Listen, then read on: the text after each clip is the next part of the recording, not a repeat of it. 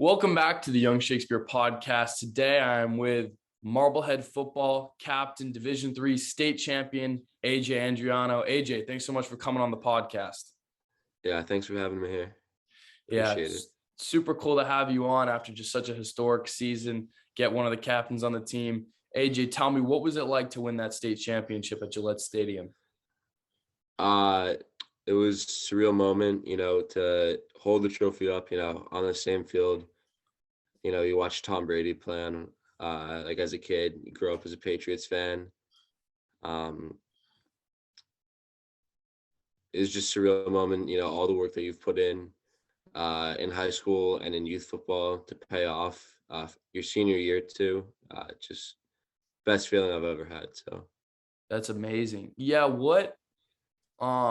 at what point did you know you were gonna win that game? uh, I knew that we were gonna win that game. Like in the game, I knew that we were gonna win um after Connor's touchdown on that screen pass with about 3 minutes left. I knew that Mm, there was after the game that he had, there was no way. But I mm. had like in my mind, I knew we were gonna be state champions. When in our I think it was our quarterfinal game, uh one of the other captains, James Duty, just ran somebody over. Like I said to myself in my mind, like I knew we were gonna be state champs after that. Kinda like lit a spark in all of us. So You're just like, no way this team is losing. yeah, because James is, he's not the most like outgoing guy, but he's like a dog on the field. And to see him do something like that kind of lit a spark in all of us. So It must have been so exciting. Yeah. And then what did you see out of that North Attleboro team during the Super Bowl? physical team, just really good. Um Offensive line, defensive line. Um So like they could have gained 6 yards every play if they wanted to, but I think the difference between um, other teams that we saw them play on film and how we play them was our defensive backs tackled extremely well. So plays where they would have had big plays for 12, 13 yards only went for like 5 or 6 or sometimes 3 or 4 because our defensive backs were strong tacklers. I think that's one of the reasons we won that game. But they had like fantastic running backs and um that offensive line was really good. So it was just a physical game up front. Uh, you know, just a couple of plays went our way. 100%. Take me back a little bit to the Thanksgiving Day football game. It's a historic rivalry with Swampscott. And Mhm. I'd be curious to really hear what those conversations were like where you guys decided to play the game. I know Hall and Cohasset, who played on Thanksgiving, I think one of those teams, they were both in the state title game, but one of those teams decided to rest their guys and they got absolutely blown out. How did you guys decide as a team and yourself personally as a captain that you were going to give it your all for Swampscott? I mean, it's Marblehead Swampscott Thanksgiving Day game. You don't rest your starters. Um, if we hadn't played that game and then we went on and won the state championship, and either we had lost or there was a different outcome. I'd always look back at that. I think there wasn't even a conversation about it. Mm, I think we all knew that that was for the NEC too. So we weren't about let's take another championship. So we weren't about to lose that and rest our guys. And they're a really quality team. So if you rest anybody's, you're in trouble. yeah, what does that game mean to the people of Marblehead getting a win like that? It means everything on Thanksgiving Day. If you don't win that game, 60 years down the line, you'll still be thinking about it. But to the people of Marblehead, like that's everything. Uh, I see people who have like played in the past and have come back to the town or are there for Thanksgiving to see their families. And it really just like built a awesome like sense of community. like in the town because everybody's like pulling for you. And then when you graduate or when you're younger, you're pulling for the guys who are playing. Like I'll be back next year pulling for uh, the guys who were juniors on the team right now and sophomores and freshmen. So it just means everything to the town. What did the guys think of Dave Portnoy's tweet? Did you see that? Yes, that was hysterical. Yeah, for And people that also don't know, what did it awesome. say? It said, "Since when do high schoolers make 40-yard field goals? Tough loss for Swampscott." Yeah, dude, how did you react to seeing El Prez calling it out like that? We were on the bus ride home, and we had like nobody had any cell service, and we were trying to like see the tweet, and only like one person could get it, and so we were all like staring at his phone, like freaking out, and like that was like built into like the adrenaline of the win, like coming off the field and stuff. So that was pretty cool. Wow. Yeah, and it was just such an absolute the game was so tight. It was, I mean, I'm not from that area, but Thanksgiving Day, I saw tons of footage and buzz about it because of what a great game it was. Swampscott, Mhm. as you know, went on to win the D5 state championship. So it was two undefeated teams going head to head. What made the difference for you guys getting the win? Like, how did that game play out, and how did you guys take the W? Um, we really, I think one of the things is like we really know what they wanted to do.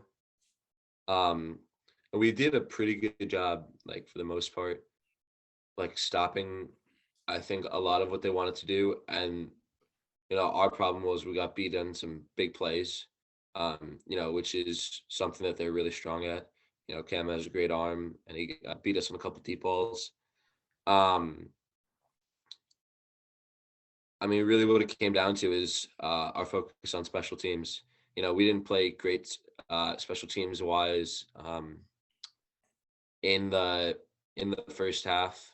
Obviously, like the kick return for a touchdown that uh, X had, but um, I think some of the stuff that helped because their turf actually like gets frozen sometimes. Eli took some kicks pre-game to make sure he had his footing. Um, for like PATs and stuff, so he was used to it. So I think that was a big factor. But also just in the game, like us being able to stop the run and being physical up front was huge. Uh, and that was something that helped us last year too. Because obviously, like their running back is fantastic. He's Hmm. really good. So we really had to focus on stopping the run and then get to the quarterback. And I thought we did those things as well as Yeah. we could. Yeah, that all makes a lot of sense. It comes down to those little details. Yeah, Xavier Bascon there, the running back. Not a huge guy, but I think Cam O'Brien, the quarterback, told me he squats like 500 plus pounds or something like Yeah. that. What was it like tackling him? He's got the speed and a lot of that power. Yes, that's all you want on a running back, speed, power combo.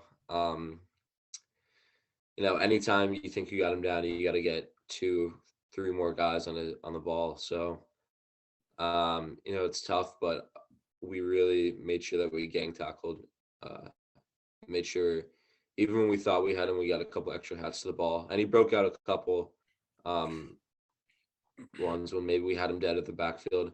But I think that like the difference between us and like other teams that played him was there was one when he broke out to the left. Might have been like a flare pass and he went to cut back and there was like 2 guys there and then he went to cut back again and there was 2 more guys there and eventually like we made a tackle for a loss and they punted. And I Mm. think just everybody like pursuing the ball that game helped us stop that. So Yeah, a true team effort on that one. And tell me, where were you on that final field goal? Are you on the field goal PAT team, or were you on the sidelines for that? yeah, I'm on the PAT team, still at right tackle. So like when I looked up, like I could kind of tell it was going in, but I wasn't sure like if it was going to hook left or not. So it was kind of like frozen in the moment. That must have felt like you were there for an hour? Like, was that just like such the longest excruciating moment? Well, yeah, because we all got down in our stances, and James is our holder, and he didn't say set for like 10 or 15 seconds. So all of us were just like sitting there trying not to get a false start. Oh my And God. then he said set. And I think I looked back on film, and one of their players almost blocked it. I think it was number 9, who's Nakari. He actually jumped over the left side of our line, like back in when like Jamie Collins blocked that field goal and almost blocked it. So for Eli to stare like in that pressure and still hit that field goal, it's pretty awesome. Jesus. Did you figure out which teammate he jumped over? I'm not sure, but All's well that it wasn't ends wasn't well. my side. Yeah, Yeah. all's well that ends well, but it definitely wouldn't feel good having another guy jump over you. That's Nah. tough, man. Yeah. And I think another cool thing about you is you're I think I saw in your huddle highlights, you're about 6'1". Is that fair? Yeah, six Yeah. And one. starting at right tackle on a Division III state championship team, that's quite an accomplishment, regardless of what your size or stature is. But being 6'1", I think that's a testament to the kind of work ethic that you have.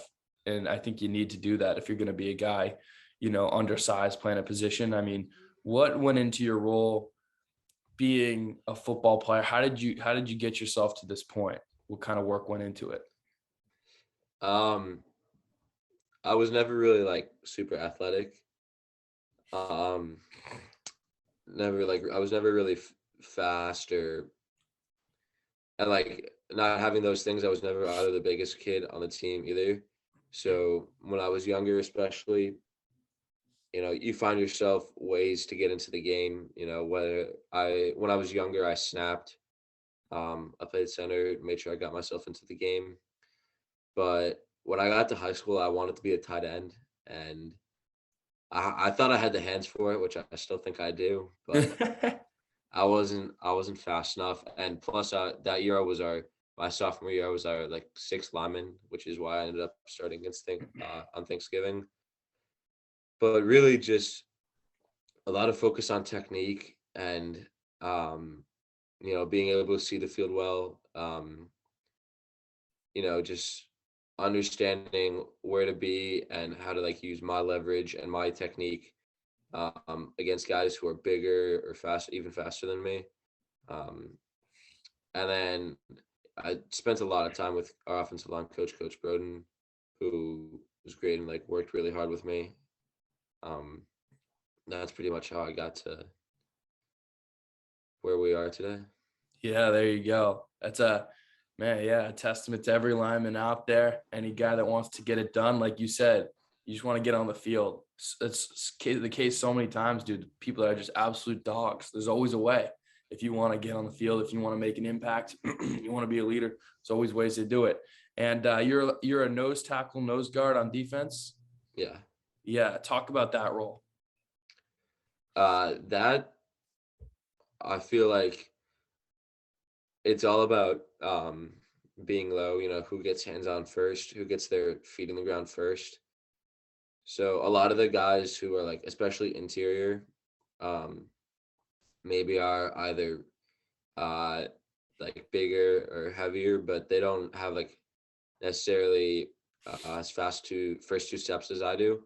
So I really like I prided myself on getting hands on the defender first, and living in my gap. Um, Pretty much just took on a lot of double teams. It's like a really like physical position. You always come out of a game with a bunch of new like bumps and bruises after playing nose tackle. So you're getting like helmets in your rib cage and you don't know which side it's gonna come from. Mm. So that's really something like I pride myself on is just getting hands on first and then like controlling my gap. One thing that I'd love to ask you about is, looking back, your sophomore season, Marblehead was a good team, but respectfully, there was, a lot of losses down there at the end of the record. That all of a sudden, from that we talked before, from that Thanksgiving game, your sophomore year to now, program has not lost a single game. I believe it's the longest Massachusetts high school football win streak currently active, in the state.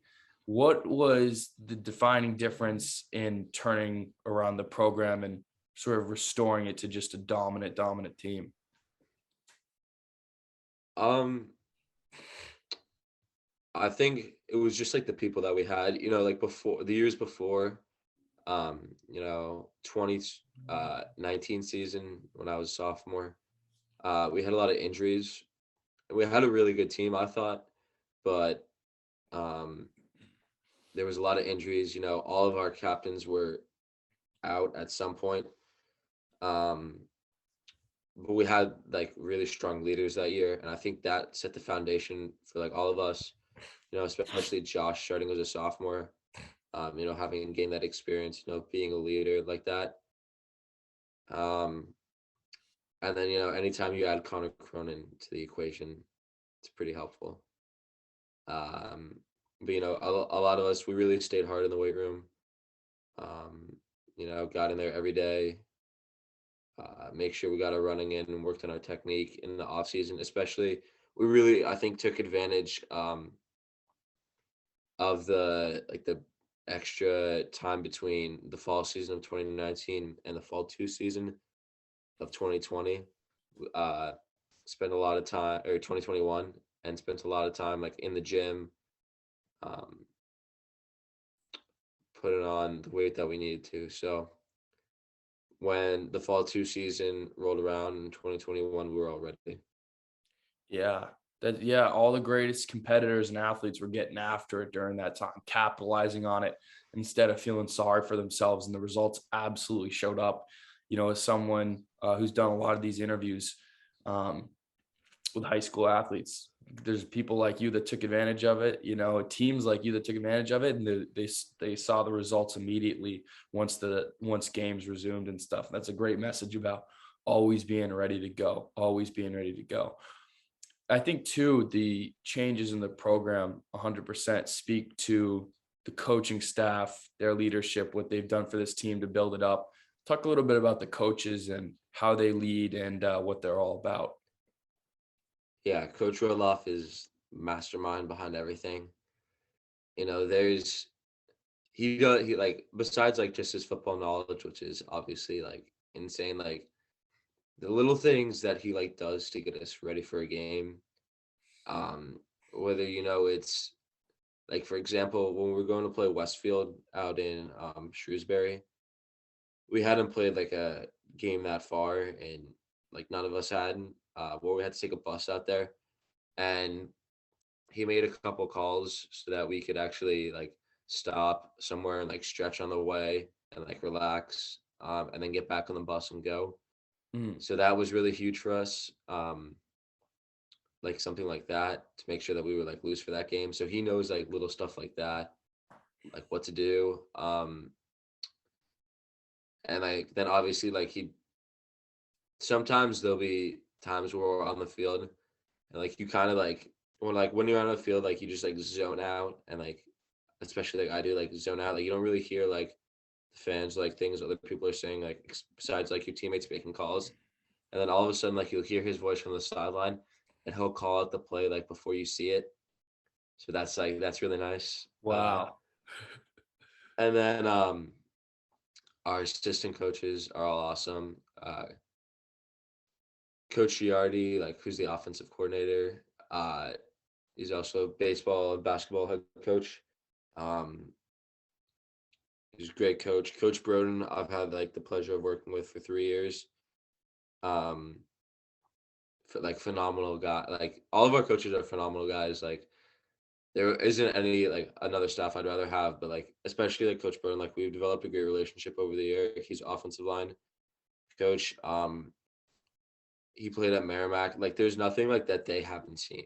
Mm. Like it feels to me like there's no football scenario that they haven't seen. There's got to be like Coach Rudloff's been in football for like 40 years probably. Like Coach Giardi, same thing. Like Coach Broden, like 20 years. Like there's like a couple hundred like between like all 7 of our coaches, like of years of like football knowledge that they like instill in us. So have a staff like that, it's awesome. Yeah, yeah, so cool. So important to have those coaches experience, like you said, seen it all. I'm glad you touched on the Westfield game, and coach's preparation for that, because looking at it, state semifinal game, you're ready for a war, you're ready for a dogfight, and then I think it was like 40-7. I mean, it was like a massacre. Did that surprise you at all? Did you know it was going to be a blowout? Like, what was that game like? The week of practice leading up to that, I thought it was our best week of practice of the year. So when like especially with like guys on scout like really went hard that week. Um so when we got to Westfield, and you kind of sometimes you kind of know when you look at your opponent and you're getting ready pregame and you look over and sometimes like they're like jumping up and down like going crazy stuff like that. Like they took a picture like with their mascot and like had like a banner that said like Sackville or like something like that. So the like we kind of like had like our coach said it too. Like we had like a really quiet confidence. Like when we were warming up, it was dead silent. Um, we were like laser focused. So I think that really just showed when we got out there on the field. And there was like everybody watched a ton of film that week. Like we spend like a lot of extra time like watching film, like uh when we have like breaks in class, like we'll be texting each other about like things we see in film, stuff like that, making sure we've got stuff right. But everybody was all in. Wow. That's crazy, man. What's the key to watching film? That's crazy that you guys text each other between class if you notice something. I think that's wicked cool. But how do you like to break down film? What kind of things do you look for in your positions? Well, first, like defensively and offensively, understanding the overall things that they like to do. Um, Offensively, understanding the fronts that you'll get, the blitzes that they'll get. Um, where situations where they like to run their blitzes, situations where maybe they'll back off, where they'll send defensive line stunts, twists, where they'll shoot gaps, when they like to shoot gaps. And then when I'm looking at a specific player, um, is he quick off the ball? How's his leverage in the run game? Does he play low? Does he play high? Pass rush down. What's his go-to move? Um, how physically is he? Does he chase down the play? Um, does when he uh, when he beats a guy in a move, how effective is he at getting at the quarterback? Like, how fast do I need to be able to recover? Does he sell out on screens? Does he get to does he read screens well? Does he get like find the running back on a screen or a receiver? So those are all like things that go into it. Here's a question. If you were to be on another team and you broke down Marblehead's film, what do you think you would say about the style of your offense and the way you guys play defense? Offensively, team that goes fast, you got to be in shape that week because they run no huddle. They can hopefully get 15 seconds or less in between plays, maybe 20 seconds. They can beat you pretty much with any receiver on the field. They can beat you with power and speed, but most of all, I think that we another team would say that we're like especially quick. Um, little cuts that we make, and then defensively, physical team can play you against the spread. Play if you want to run wing T or power I. Um, Defensive backs tackle really well, like I said before, which is Right. something that not a lot of teams have. Physical defensive backs. Most of all, guys that want to hit on every single play. Love that. Yeah. Yeah. That's very, very insightful too. What's the key to nailing that 15, 20-second turnover between plays getting ready to go. I mean, obviously there's obvious advantages to that. Teams get caught off guard. Like you said, teams that aren't in shape just aren't going to be ready to get over and over and over. How do you manage that? How do you get that to be where you can do it like that? Well, first of all, it comes like in practice where we're trying to go as like faster than we would in a game. So that way in a game it's easier. Um, and most of all, like offensive line sprint to the ball, get in your stances. So all you have to do is if you're interior, put your hand down. Um, let Josh get the call into us after he gets the signal, and then call out your assignment and you're ready to go again. So all of that should take anywhere between 15 to 20 seconds if we're going as fast as we can. Mm. So take me back. We've gone over the state semis and the championship, which I want to touch on later again. But the first round, you guys saw Norwood, a good win, 21-7. That's a Tri-Valley League large team. What were you expecting out of that game? You know, and how did that compare to the reality of what happened? We knew they weren't a 16 seed, that they were a better team than that.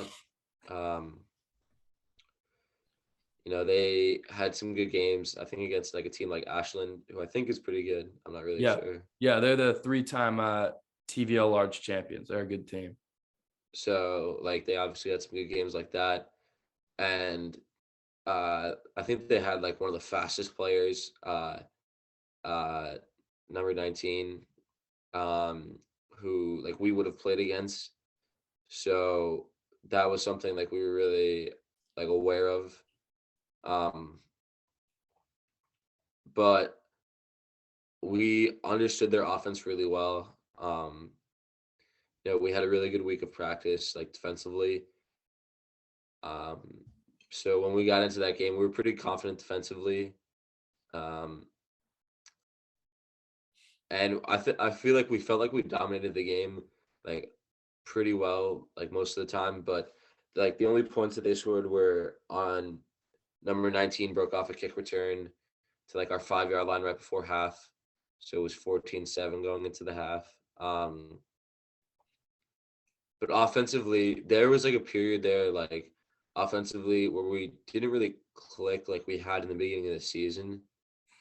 And like that happens sometimes, but like sometimes like the timing was just off, or like we missed one block, or um, maybe like we had like a high snap or something like that, or we'd get like a penalty, stuff like that, or we just like couldn't like click like the way we want to. And then obviously like they were really good defensively, so we were just off like a little bit in that game and a couple of the games before that, and the Masco game after that. So there was like a stretch of like 3 games there where we didn't really click as well as we should have.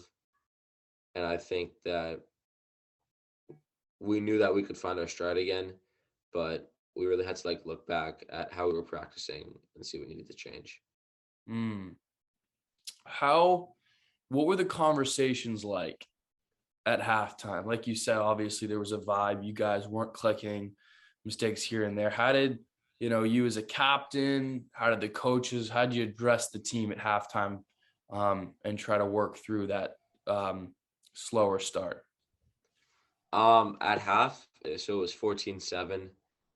I think everybody was not necessarily like anxious, but like it was kind of like, oh, like even though we knew that they were better than a 16 seed, it was like, oh crap, like we have to like play like our best football, like it's still the playoffs. And I think that was like a little bit of an awakening. So we all kind of said like, listen, like we're gonna win this game, but we need to have the same level of focus that we would if it was like the state championship. And I think that we did a better job of that in the second half, and our defense played really well, but we still were just flat, it felt like. Yeah, and then that week, right, of practice, after that, like you said, you knew they're better than 16, but for a team that's trying to get the state title, it's a little bit closer than you'd obviously like. You have Masconomic coming up. They're a familiar face. What was that week of practice like, and how'd you get prepared? One of the things that we talked about was that to beat a team 4 times in a calendar year, because we beat them twice in the fall 2 season, it was going to take like probably our best week of practice that we had. And we did have a good week of practice, but when we got into that game, like offensively, they knew us just so well. But on our defense, there really was no scoring points on us. They got one. I think it was a touchdown pass towards the end of the game. We were up, but other than that, like our defense was really. We knew our defense needed to be nails, and we knew a lot of what they wanted to do was interior runs. So I think like me, like the other interior linemen and our linebackers really stepped up. But that week of practice, like we knew that we needed to be really nails because they had seen us 3 times already, so they were bound to get one in their eyes, but we Right. didn't want to let that happen. Yeah, 100%. Did you even like, like you said, 4 times in the calendar year, when you got down on the line, did you have familiar matchups? Were you like, this is a guy I've seen, I've gone head to head, dueled with this guy before? Yeah, I went against their defensive end um, in the regular season game this year, but I was at guard, so their nose tackle from the year before was gone. But on their offensive line, I went against like a lot of guys like 2 or 3 times already. Um, so like getting down there, it was like I've been here, but like you feel comfortable almost. Yeah, I play rugby at North Carolina State, and it's a funny thing where I don't know how much you know about rugby, but the props, the forwards, kind of those guys are kind of like the linemen. So I'm the hooker, which means I'm at the apex of the scrum, like right up top when those guys lock their heads in. And it's funny because all game you're going to see the same guy, and Yeah. so it can either be, all right, man, we're getting down. This kind of sucks, but here we go, and you lock in your heads and necks like that, or you've got bad blood, and then over and over you're just trying to control that guy's head, do whatever you can. And it can be an absolute dogfight. Yeah, for sure. But yeah, and I assume that's sort of similar to the situation there on the offensive line. And then after the game, you guys headed in to play Westfield. Yeah, and I'm assuming that's a Western Mass team. Yeah. Yeah, that's a funny thing too, because a lot of their football, a lot of their sports in general, you never quite know what to expect just because they have less common opponents. There's teams like Wacona that made it to the state championship, but in smaller divisions. Springfield Central, obviously, but then a lot of times those teams can just not really live up to the expectation. Yeah. That was one of like the things that we knew, like we didn't really know any of their opponents. Like you don't know what to expect. So you treat them like the same way you treat any other team. Mm. Come in there with a good game plan, and you play your hardest, and since you don't know what you're going to expect, you just stick to what you do know, and that's like what you can control, like your plays, your calls on defense, your techniques. So that was the mindset. Yeah. What was the game plan for the Super Bowl against North Attleboro? What were you guys going in? What was the mission? How were you going to get it done?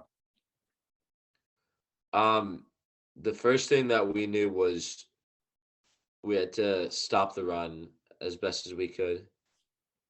Um, and we knew offensively that there had been teams that had scored a lot of points on them,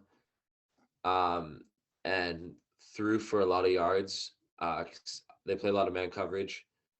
So we knew that if we could give Josh time, and that there would be periods where George and Connor could break out a couple runs, Maybe we wouldn't run the football as much as we'd like to, but that there would definitely be opportunities, and especially like we noticed that they've given up some big plays, through sending blitzes, um, and maybe they got beat deep or something like that.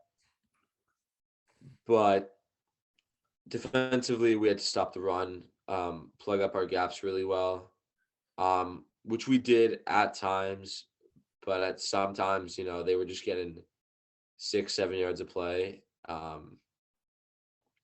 And I think to a lot of teams that's demoralizing, but like it's like like you're just getting beat on every play. But I think we really had a good mindset, just stuck with it on every play. And won a lot enough of like the big plays like in that game. Like if you look at like they say like 5 or 6 plays like swings a team like or a game, um to which team's gonna win it. Um Fourth and I think like five it was, coming out of the end of the first quarter. We scored a touchdown. Third and 10 backed up. Um Scored a touchdown on the screen pass to Connor. Hmm.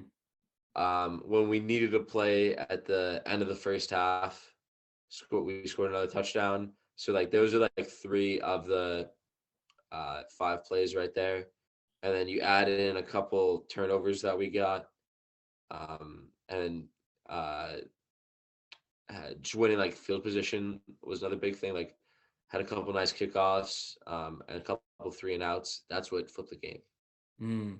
Yeah, that's a great analysis. Super insightful that I wouldn't have necessarily gleaned from just watching the stream on patriots.com during my finals week, as fun as it was. Yeah, and it's something so unique that not a lot of people ever would experience or even imagine. What's it like being the captain at halftime? Tell me, like, what was the score going into the half? And then, what was the energy like in Gillette Stadium in those locker rooms preparing for the second half? There's a break in your state championship. Was it nervous, excited? What was the feeling like? So it was 14-14 going into half. We jogged into the locker room. And I think like we all kind of knew that, even though we had the big play right before half, we hadn't played our best half. There was a lot of things that we could have done better. Um, and like a lot of like the seniors, like we said, like, look, this is like our last half for the season, for the rest of our lives.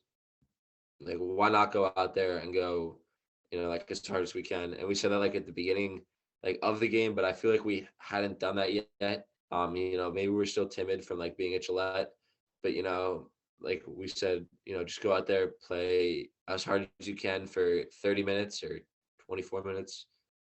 Um, and that'll everything else will take care of itself then. And I felt like when we got into the locker room at halftime, even though like we were in like this nice locker room, like the Revs locker room and stuff, like nobody really cared about that. We were all kind of like laser focused and like listening to our coaches and stuff. Um, and I think when we jogged out of the tunnel, like we knew we had a pretty good chance if we could Hmm. just make a couple more plays than we had in the first half. Yeah. That's funny how there's an innate feeling sometimes when Mhm. you've got more to give. There's just that little bit more, that little bit extra. And if you're willing to dig down deep and do what you know how to do, you can absolutely pull that out. What were some of the kind of I'll never forget this type moments about that day being in the state title? I mean, I know, like, was Mac Jones there that day? Was he watching the game? He was there, I think, for the CM game, for the game after us, which is kind of funny. Yeah. But I'll never forget um walking off the field and took like a look back, like understanding like starting to understand and like feel like what you've accomplished. Um, holding the trophy up at the presentation. Um, and then on the field when Connor made that last interception. And I asked the referee like for the clock, and like you kind of knew like that was it. So I'll never forget that. And then when we got back to Marblehead, we took like the bus like around town, and like when we went through like what's basically like our main street, there was like people outside like cheering and stuff. So like that's something I'll never forget for the rest of my life. Wow. That's so awesome, man. All those great memories. Probably be it's kind of like you were talking about the alumni coming back around Thanksgiving. No matter how old you get, people will still be like, oh, you were on that 2021 state championship team. You'll have that forever, which is Yeah. just so cool, so electric. Yeah, it's hard, I think, for people and the one thing that I want to make sure to not understate is a lot of this stuff you can't put into words, those No. feelings. I won't be able to get it over a Zoom call with you, but it's cool to hear about it. Isn't that part of Yeah. it? Some of those feelings sharing with your brothers and stuff, you just can't put it into words. Yeah, there's not a way to explain to like people who haven't gone through it or haven't played like a season of football. Um, like the work that goes into it, and like the time that you have to sacrifice. Um, and you have to like sacrifice your body, put that through a lot. And I think regardless of how the season turns out, like just the idea that like you put in like all that work, um like every day, like you showed up, you worked your butt off, um to do something like for the team. Like that idea is like awesome. Like I can't put that like into like words. And then like what it means to do something like for your town, you know when all like these people in the past have like done their best but have come up like just short. It's hard to describe that. Hmm. Like it's not something I can really put into words. Right. How would you when you win a state title like that and it's the perfect season, and things go as good as you could have asked for, does that excitement and pride overwhelm any feeling of sadness about it being your last high school football game, last time putting on that Marblehead uniform? Or did you feel a little bit of bittersweetness walking off that field and in some of those moments after the game? It didn't really feel bittersweet until Sunday night after we won. Waking up, like going to bed, like right before I went to bed, like I like kind of like felt like how it was my last game. Last high school game. Probably not gonna play football again, ever. So that was something that kind of like started to hit me, and like best of you know best of times are coming to an end. So that was bittersweet, but you can't finish it any better than we did. So Hmm. there's always going to be satisfaction in that. Yeah. If you have sons, you think you'll want them to play football? Yeah, absolutely, 100%. Such a great game, and it's such a good thing to share. And Yeah, it sucks that so many more people nowadays are deciding not to have them play football. Like, I come from a football family. My father, my brother, everyone yeah, else. I played from like fourth grade to freshman year. Had a hell of a time. Did cross country. I loved cross country, so that was for me. But I would just feel terrible to like deprive a kid of like at least the choice to try it out and explore their options. If you want to play soccer or cross country or something else, that's great. But I think football is a hell of a game, and it sucks that not every kid's getting that chance nowadays. yeah. There's nothing really like it. There's nothing that like replicates, um, like with any other sport that like replicates like football. So Yeah, yeah, the team sport. the putting your body on the line, like you said, you're not going to get that same bond from other things. No. Yeah.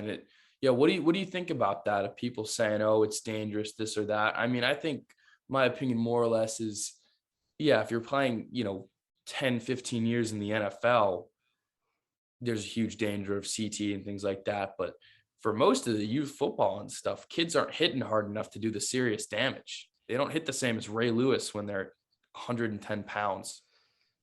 No, and like a lot of the stuff that they used to do like 10 years ago, like our coach always says it, like stuff that like that they used to do, like they're not like allowed to do. Um so I think the risk is worth the reward 100 times out of 100. So Yeah. Switching gears a little bit. Um, you're a baseball player too. Have mhm. you started to prepare getting, the batting cage or anything like that? Get ready for baseball season? Yeah, we started to throw a little bit. Get in the cage a little bit. Uh so we'll keep doing that. Kind of had to like let go like the football season, like really like start to focus on baseball season, give it my all for that. Change like how like you train, stuff like that. Um, so that you can get another shot at a state title, trying to get one more ring. Yeah, that'd be sick. Tell me, it's a especially long season considering going through the whole MIAA tournament, and you've got the adrenaline and the camaraderie to keep you going. When you finally got finished with the season, had a few days to process things and kind of relax, was your body just like beat up and destroyed? Yeah. Uh like that Friday, like that 3-day weekend, like Friday, Saturday, Sunday. Um, like every day, like you kind of like wake up in the morning, like you roll out of bed, like everything kind of hurts for a couple days. And then like you start to feel a little bit better. But for those couple of days, it's pretty, you're pretty beat. Yeah, I remember.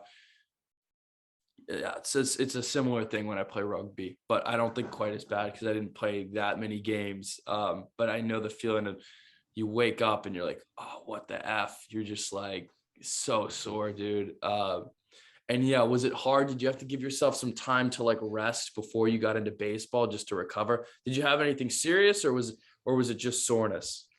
It was just like being beat up and stuff.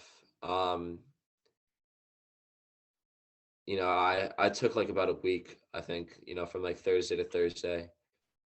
Um, and then started like lifting in and stuff and throwing. But um yeah, that week was my body was pretty beat up Hmm. after playing for about 4 months, and then like training pretty hard like leading up to that, like in the summer and stuff. So I needed about a week off. Yeah. And now that the season's over and, it wouldn't affect, playing a team or their scouting or whatever.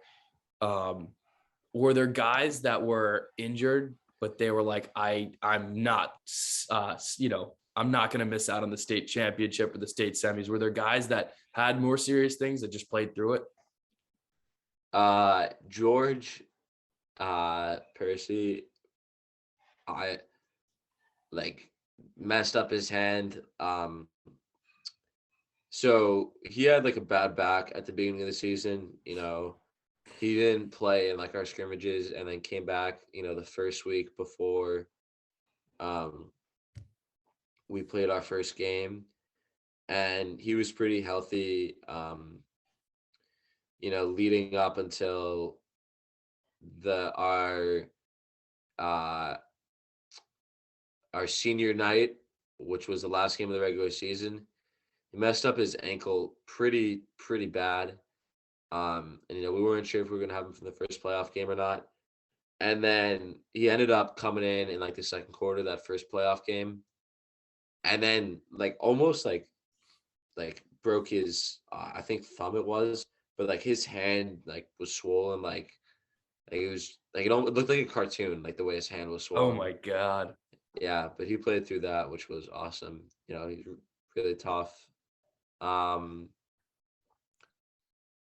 but like we were all kind of like had like bumps and bruises. Like um Craig in the Super Bowl like messed up his bicep, I think. Like and Josh had like a little thing going on with his hip. Like, like as an offensive lineman, like my fingers like always like beat up. So like Mm. anytime like you like grab somebody, like it hurts. Um, but like we all had like little things like that. Um, like going into like the Super Bowl and stuff. Georgia's were a little more serious, but Yeah. um we all were able to like play through that stuff. Yeah, some tough customers. High school football question. Which game was there like the most shit talking in? Where did it get the most heated? I mean, any answer besides Swamp Scott wouldn't do it justice. So, there's like obviously like respect after the game, but like when you're like in the middle of that game, um, like you want like to win like so bad. Hmm. Um, you know, obviously like there's like a good amount of shit talking in that game. But like you have to be like smart, like because especially like we both like we're going to like the state championship, like you have to be smart, like can't like let it like boil over into like something where like you take a cheap shot or something like Hmm. that, or you get thrown out, because that leads like to the state championship and like All right. that your team down. So I think, um, like obviously like there's like a lot of shit talking, but like we never let it boil over into anything extra. Yeah, for sure. And probably too, just if you're hitting after the whistle, there's the potential that one of those guys will retaliate, hurt one of your guys right before the state title or some bullshit like that. Um, damn. Yeah, so heated. Cam on our episode talked, he said before the season, like passingly, you guys got into a fight and that really fired everyone up for the game. Yeah, there I wasn't there, but there was like a fight at like a 7-on-7s. Um, but, I think like the obviously that heated things up, but like the rivalry itself is enough to, you know, get motivated for that game. You don't need like extra motivation for that game Yeah. necessarily. Um, and obviously play to the whistle, but like we knew like we weren't taking like any like we weren't gonna take any um like cheap shots like after the whistle Mhm. and like mess up like what we had. That was like the only thing that we talked about. Like we talked about like we didn't even like consider resting our starters, but like that was like the only like we can't like get into like anything. Um, you know, got other fish to fry. So How many years straight have you guys won against Swampscott? the last time they won was 2012. So I think that makes it 9, I want to say. Crazy. Do you ever think it would be good to give them one so then it like gets more heated? No, nah, nah, never even crossed my mind. What's the do you know what the series is at? Are you guys like up in total? I think we're up like a couple all time. I think it's like um because they had like their stretches too. Like I think in the early like 2000s before Coach Orloff came in, and they had Coach Dombrowski, where they had like a similar stretch against us. But it's always been pretty back and forth. So Yeah, if not Swampscott, is there another team that's kind of always marked off on the calendar that you guys get like extra fired up that there's a bit of a rivalry? um Swamp Scott, but like outside of that, obviously like Masco came into our conference and they always used to like beat us up in youth like pretty bad. Um like a lot of our youth games we used to like lose like 30-0 to them. So like anytime you have a chance to like play like against a team that like beat on you pretty bad, like even if it was like especially like eighth grade they beat us pretty bad. So anytime you have a chance to play against a team like that like beat you pretty bad, get excited. But a lot of like the NEC teams, like there's just like a lot of like fire in those games. Like, you know, Beverly gave us a pretty good game. You know, that was pretty like, especially like that was like a morning game. So like in the sun, like in like during the day and stuff, like that's like a fun like atmosphere to be a part of, like something different. So we were both like pretty fired up for that game. Um, and then like Peabody, like we know some of the guys from Peabody.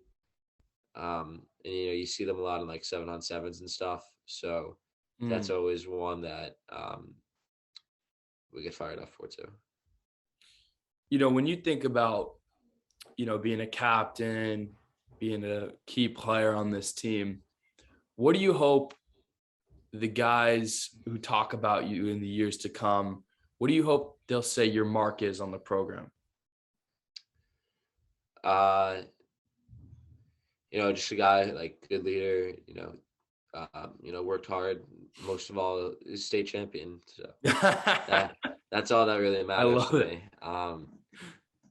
You know, that uh, I just hope like the younger guys picked up on like leadership for like next year, so like that they can go out and do it again.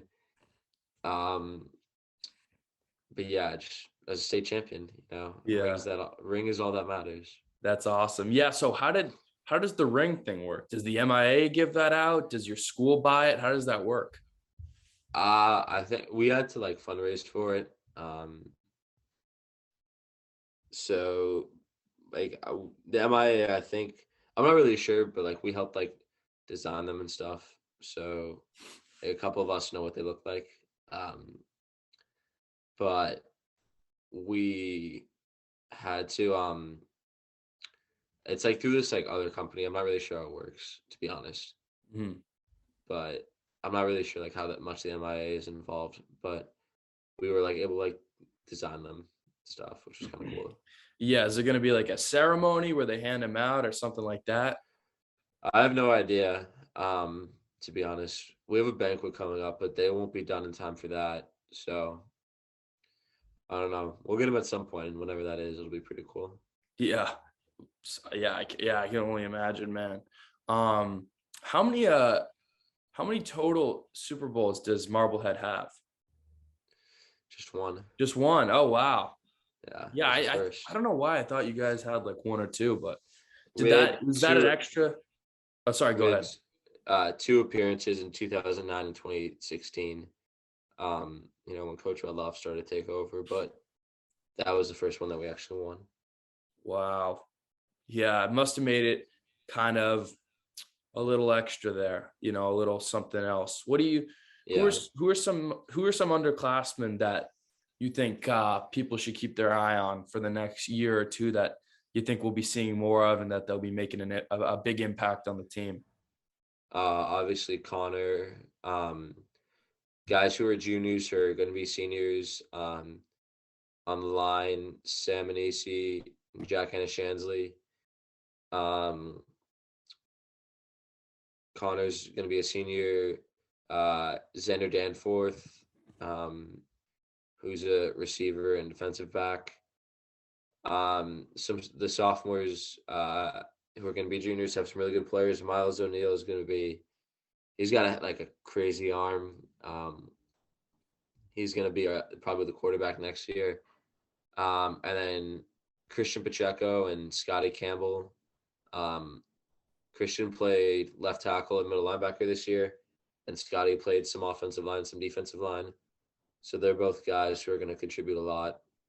And then obviously there's a boatload of other guys who are really Yeah. good and who have contributed, who are going to do it again. What would your advice be to someone that, is a kid watching this, maybe later middle school, earlier high school, and they said, man, I want to be just like AJ, just like he said, he's not that athletic. I want to be, I don't have all the talent, but I want to be just like him, be a captain on a state championship team, win rings. What would your advice be to them? Get in the weight room, first and foremost. Um, when you're on the practice field, like soak up all the information that the coach has given you and, put that into use in practice and in games. Move all like when you get an opportunity, take it, because at some point in time, you're gonna get an opportunity, whether it's in practice, whether it's in a game, take it and don't look back. Mhm. Final question, just because I think this is, something you'll be able to look back on for many years. Oh, what was I like during this period? What would you, final thoughts or final message to the people about this season and what it all meant to you? Um, this season, it's just like a crazy season. Like at the beginning of the year, I think we struggled in practice in our first scrimmage, weren't where we needed to be. So it took a lot of extra effort, time that nobody sees that we put in. Um, so just worked our butts off to get where we were. Um, you know, did it the right way. Um, and just proud to be able to do something like that for the town of Marblehead, um, who they never had one before, and all those people are pulling for us. So to have all that work pay off is really special. Wow, well said. Great stopping point. AJ, thanks so much for your time. Yeah, thanks for having me. Yeah, that has been this episode of the Young Shakespeare podcast. Huge thanks to AJ for coming on the show. Everyone, keep listening, subscribe, and tune in for the next episode of the Young Shakespeare podcast.